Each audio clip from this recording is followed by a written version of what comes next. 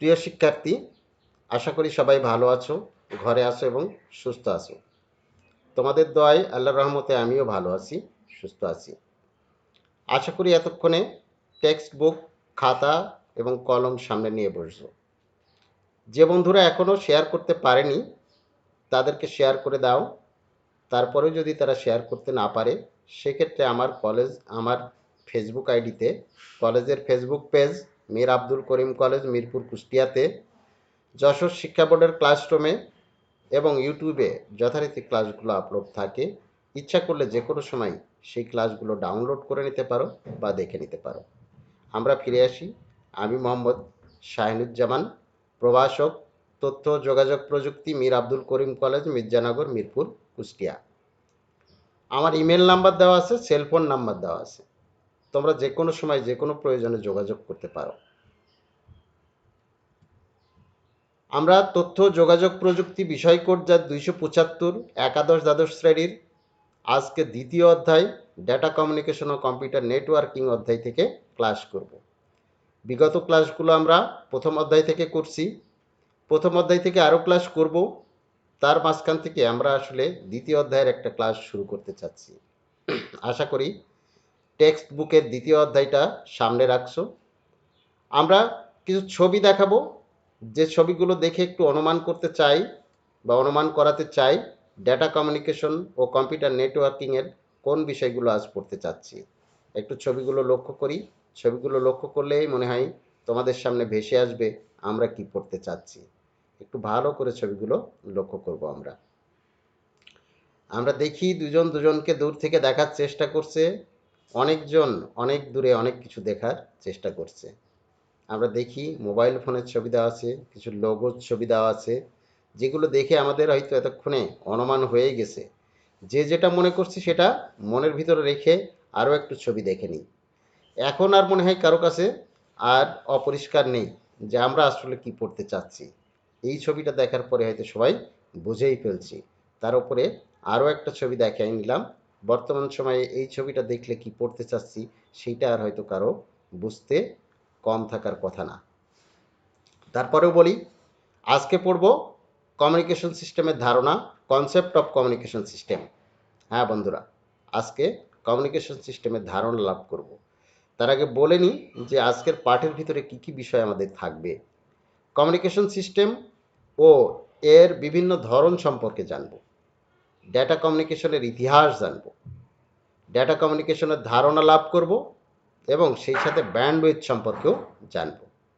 তাহলে আমরা কি আজকে 4টি বিষয় সম্পর্কে বিশদভাবে জানার চেষ্টা করব। আশা করি সবাই মনোযোগ রাখবে। নিশ্চয়ই মনোযোগ রাখলে এই বিষয়গুলো আর আমরা ভুলব না। প্রথমে আমরা বলি কমিউনিকেশনের ধারণা।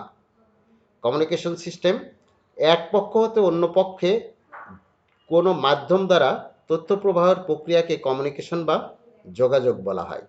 সহজ কথা করে যদি বলি যে একজন থেকে অন্যজনের কাছে যে কোনো মাধ্যম দিয়ে যে কোনো তথ্য, যে কোনো বার্তা পৌঁছানোটাই হলো কমিউনিকেশন। কমিউনিকেশন হলো মেসেজ প্রেরণ ও গ্রহণ। শুধু মেসেজ প্রেরণ করলে হবে না, গ্রহণ করার লোক থাকতে হবে এবং মাঝখানে একটা মাধ্যম থাকতে হবে। তখনই আমরা বলবো সেটাকে কমিউনিকেশন সিস্টেম। এই যেমন আমরা যদি এরকম মনে করি যে আমি আসলে রহিমের কাছে কোনো বার্তা পৌঁছাতে চাচ্ছি, রহিম যেন কালকে আমার সাথে দেখা করে। এখন রহিম এখানে উপস্থিত নেই, আমি হয়তো করিমকে বলছি, করিম যে তুমি রহিমকে বলো আগামীকাল যেন আমার সাথে দেখা করে। তাহলে আমি বার্তাটা প্রেরণ করছি আর বাহক হিসাবে হচ্ছে রহিম এবং পৌঁছাচ্ছে হলো করিমের কাছে। এইটাই হলো আসলে কমিউনিকেশন। আমরা দেখি আরও একটু। একটি কমিউনিকেশন সিস্টেমে সাধারণত 3টি অংশ পাওয়া যায়। একটু আগে আমরা বলেই ফেলছি করিম, রহিম এবং আমি। যেমন হলো প্রেরণকারী লাগে, সেন্ডার লাগে, সেখানে আমি ছিলাম সেন্ডার। গ্রহণকারী বা রিসিভার লাগে, সেখানে রহিম ছিল সেন্ডার। এবং মাধ্যম লাগে, যে আমরা করিমের মাধ্যমে বার্তাটা পৌঁছালাম। তাহলে কমিউনিকেশন সিস্টেমের অংশ থাকে কয়টা? 3টা অংশ। একটা অংশ হলো প্রেরণকারী, যে সেন্ডার, একটা হলো গ্রহণকারী বা রিসিভার, আর একটা হলো মিডিয়া বা মাধ্যম। হ্যাঁ বন্ধুরা, যোগাযোগের ধরন অনুযায়ী কমিউনিকেশনকে নিম্নোক্ত তিন ভাগে ভাগ করা যায়। যে যোগাযোগের ধরন, একটা হলো বায়োলজিক্যাল কমিউনিকেশন, একটা হলো গ্রাফিক কমিউনিকেশন, একটা হলো টেলিকমিউনিকেশন।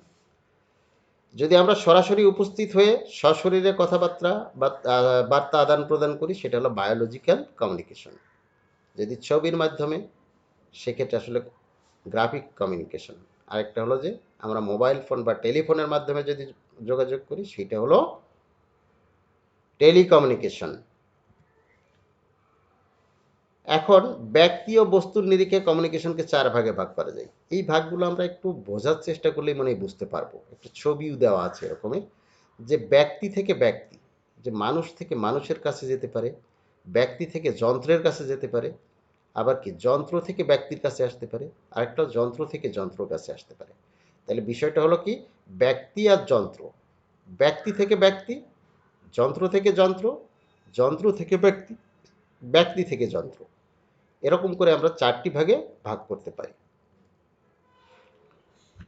দ্বিপাক্ষিক যোগাযোগের ক্ষেত্রে কমিউনিকেশন সিস্টেম পাঁচ ধরনের হয়। যদি দ্বিপাক্ষিক হয়, সেটা হলো optical communication, radio communication, duplex communication, half duplex communication, tactical communication. আমরা একটু নামগুলো মনে রাখলে ভালো হবে, মনে রাখার চেষ্টা করব। আমরা ধারণাটা আর একটু ভালো করে দেওয়ার চেষ্টা করছি। আশা করি সবাই মনোযোগ দিবে এবং বুঝতে চেষ্টা করবে। এক স্থান থেকে অন্য স্থানে, কিংবা এক কম্পিউটার থেকে অন্য কম্পিউটারে, কিংবা এক ডিভাইস থেকে অন্য কোনো ডিভাইসে, mobile, smartphone, personal digital assistant, GPS, navigator ইত্যাদি তথ্য আদান প্রদান তথা তথ্য বিনিময়কে বলা হয় ডেটা কমিউনিকেশন বা ডাটা স্থানান্তর। তাহলে আমরা পরিষ্কার হয়ে গেলাম যে ডিভাইস থেকে ডিভাইস হতে পারে, কম্পিউটার থেকে কম্পিউটার হতে পারে, মোবাইল ফোন থেকে মোবাইল ফোন হতে পারে, মোবাইল ফোন থেকে মানুষের কাছে হতে পারে। যে এই ডাটা স্থানান্তরকেই বলা হচ্ছে আসলে কমিউনিকেশন।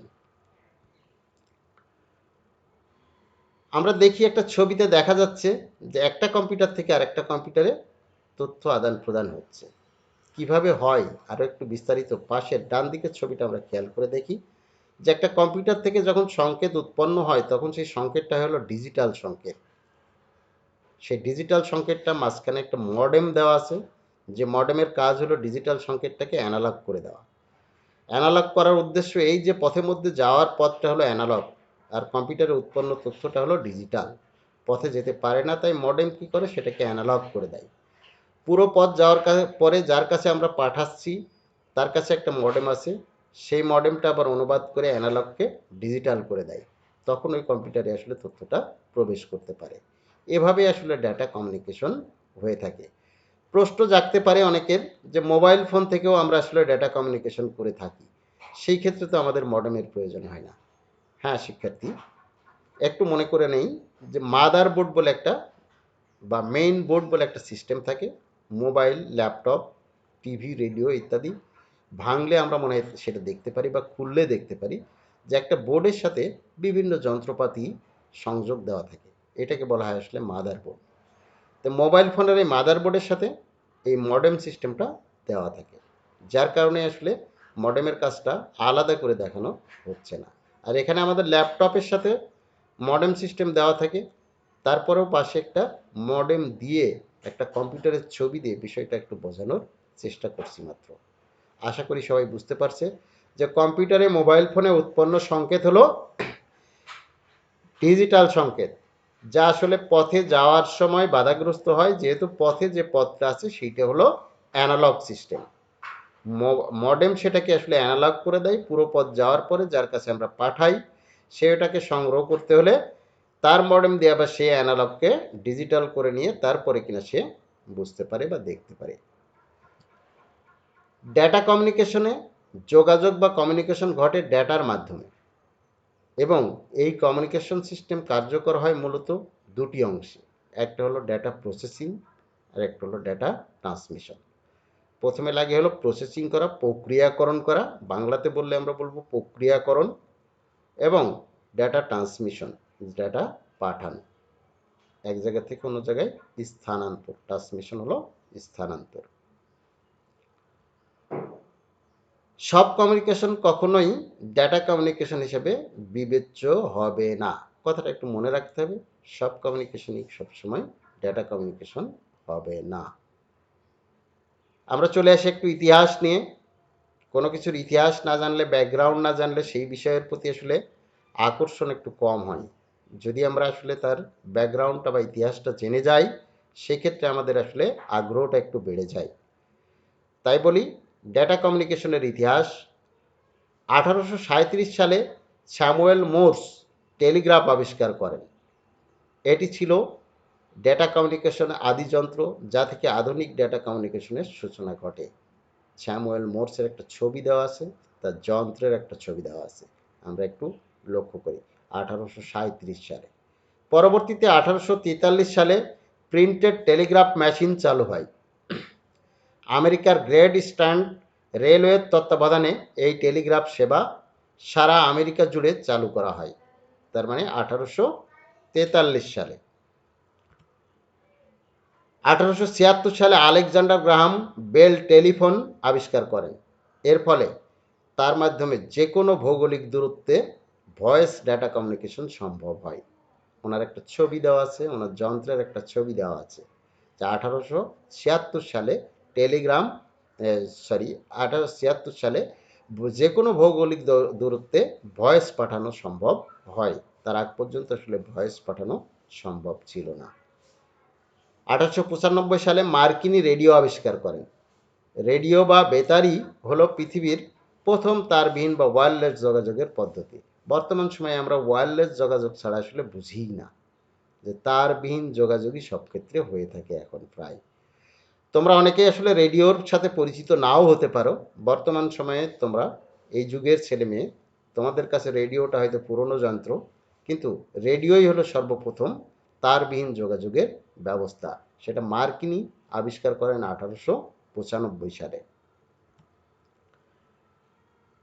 1947 সালে আমেরিকার বেল ল্যাবরেটরি একদল প্রতিভাবান বিজ্ঞানী ট্রানজিস্টর তৈরি করেন।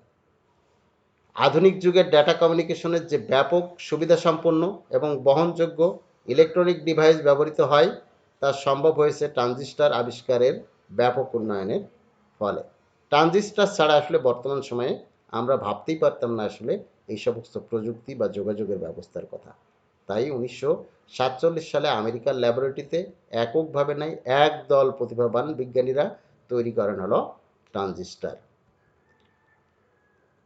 1958 সালে মার্কিন গভর্নমেন্ট কর্তৃক কমিউনিকেশন সংশ্লিষ্ট ভূ উপগ্রহ উৎক্ষেপণ করলে এর ফলে পূর্ববর্তী প্রযুক্তিগুলো আরও ব্যাপকভাবে বিস্তৃত লাভ করে। যে ভূ উপগ্রহ যখন তৈরি হলো, তখন আগের যে রেডিও সিস্টেম ছিল, ডেটা ওয়্যারলেস রেডিও কমিউনিকেশন ছিল, সেইগুলোর আসলে ব্যাপক উন্নয়ন সম্ভব বা বিস্তৃত সম্ভব হলো। 1962 সাল প্রিন্ট বা স্ক্যান করা টেক্সট এবং ছবিকে শব্দ তরঙ্গে পরিণত করে টেলিফোন লাইনের মাধ্যমে স্থানান্তরের জন্য মডুলেশন এবং ডিমডুলেশন প্রযুক্তি ব্যবহার শুরু হয়। মডুলেশন এবং ডিমডুলেশন ইজ মডেম। ফ্যাক্স আবিষ্কারের পর এই পদ্ধতি ব্যবহার করে মডেমের মাধ্যমে ডেটা কমিউনিকেশন ব্যাপক জনপ্রিয়তা লাভ করে। যে তারপরে কি হলো, যে আমরা মডুলেশন এবং ডিমডুলেশনের মাধ্যমে যে কোনো প্রিন্টেড টেক্সট অথবা ছবি, সেইটাকে আসলে স্থানান্তর করা সম্ভব হলো।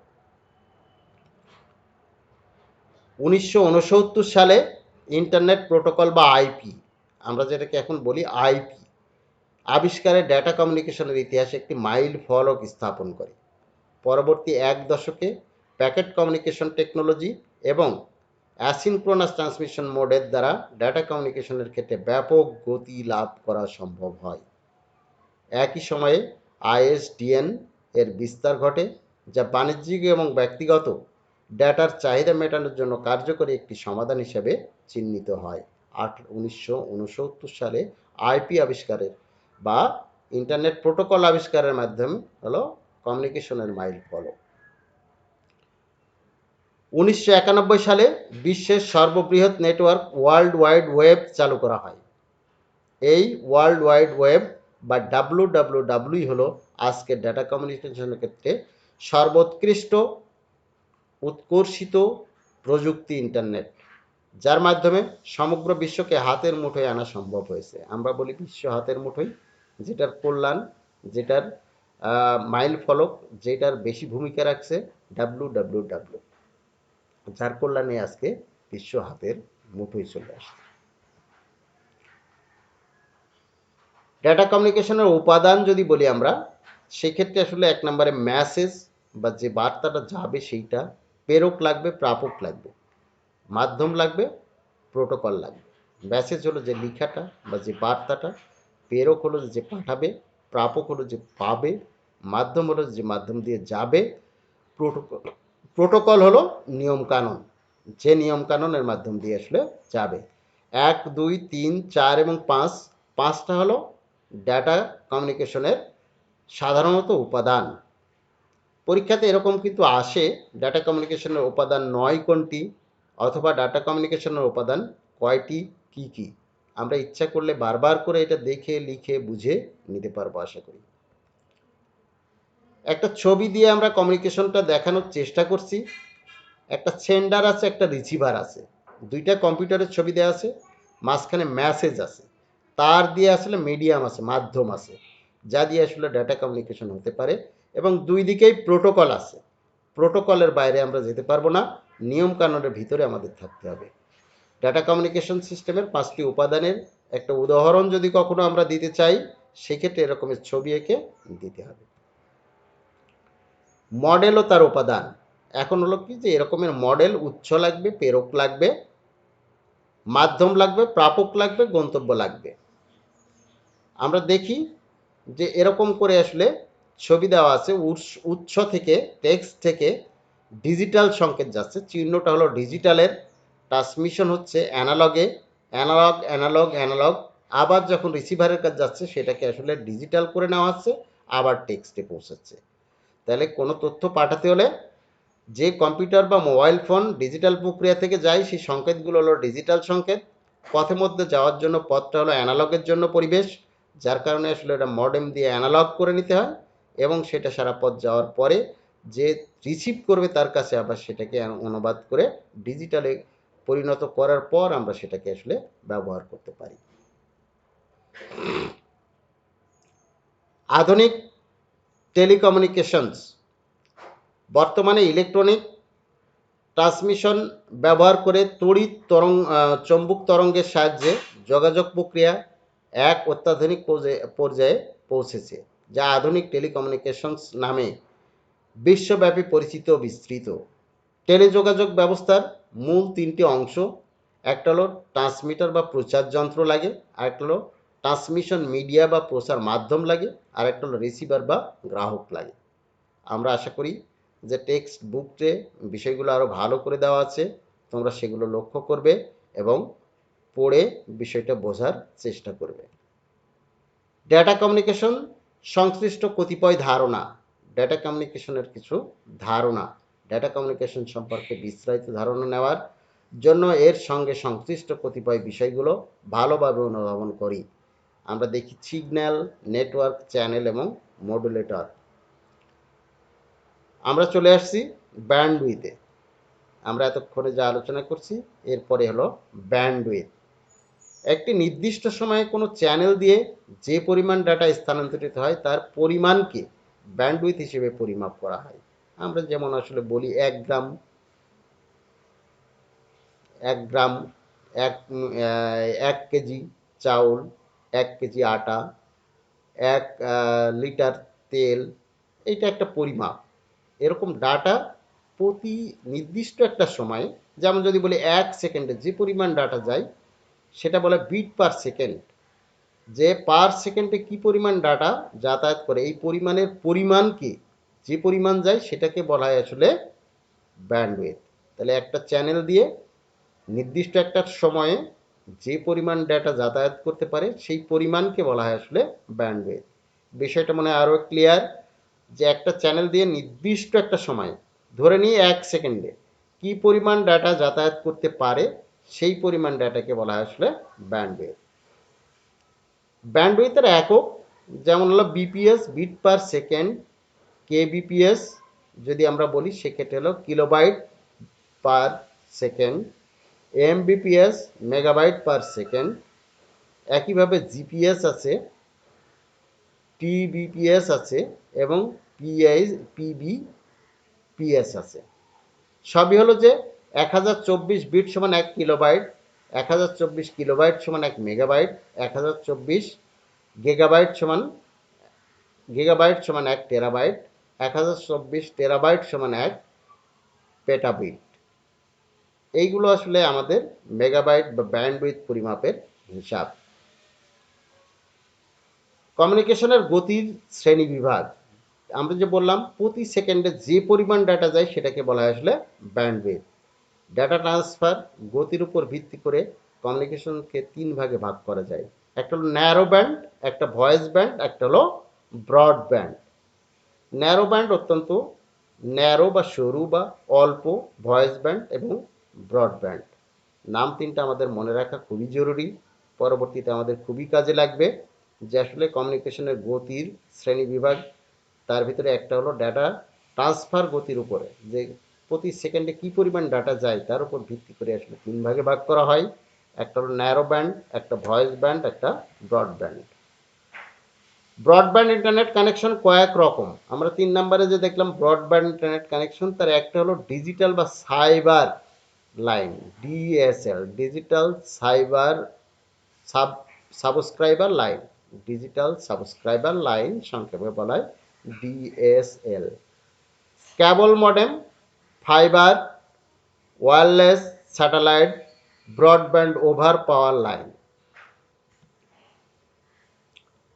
ব্রডব্যান্ড ইন্টারনেট কমিউনিকেশনের সুবিধাসমূহ, যে ব্রডব্যান্ড ইন্টারনেট কানেকশন যদি আমার থাকে সেক্ষেত্রে বলা আছে ডায়াল আপ কানেকশনের তুলনায় ব্রডব্যান্ড কানেকশন 100 গুণ বেশি দ্রুততর, 100 গুণ বেশি দ্রুততর।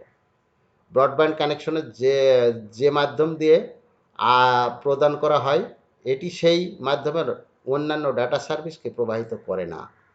এর মাধ্যমে সর্বদা ইন্টারনেটে সংযুক্ত থাকা যায় বিধায় এটি খুবই সুবিধাজনক, যা ডায়াল আপে যায় না। ব্রডব্যান্ড কানেকশন পাবার জন্য ডায়াল আপ করার প্রয়োজন নেই বিধায় লাইন ব্যস্ত পাবার সম্ভাবনা নেই, যে টেলিফোন লাইনের ব্যস্ততার কোনো সম্ভাবনা নেই। ব্রডব্যান্ড ইন্টারনেটে আনলিমিটেড অ্যাক্সেস পাওয়া যায় এবং এর ফলে এর যুক্তির সময়ের উপর নির্ভর করে না। দ্রুত গতির ইন্টারনেট কানেকশনের পাশাপাশি স্বল্প মূল্যের টেলিফোন ভিডিও ফোনের ভিওআইপি পাওয়া যায়, যা ব্রডব্যান্ডের সুবিধা। এই অসুবিধার পাশে কিছু সুবিধার পাশে কিছু অসুবিধাও আছে। ডায়াল আপ কানেকশনের তুলনায় এর খরচ অনেক বেশি। ডায়াল আপ কানেকশনের তুলনায় এই কানেকশন অনেক বেশি ঝুঁকিপূর্ণ। সব ধরনের টেলিফোন লাইন দিয়ে এই কানেকশন দেওয়া সম্ভব হয় না। বন্ধুরা, এতক্ষণে যা বললাম আমরা একটু মূল্যায়ন করতে চাই, যে কতটুকু মনে আছে। সব মনে থাকতে হবে এরকমও কথা নেই, যতটুকু মনে আছে আমরা একটু দেখি, চেষ্টা করি যে সেগুলো আসলে প্রশ্ন রাখছি সেই প্রশ্নগুলোর উত্তর দিতে পারি কিনা। ডাটা কমিউনিকেশন কি? আমরা তো এতক্ষণে বললাম এর ভিতরে 4টা আইটেম দেওয়া আছে, সঠিক উত্তর কোনটা?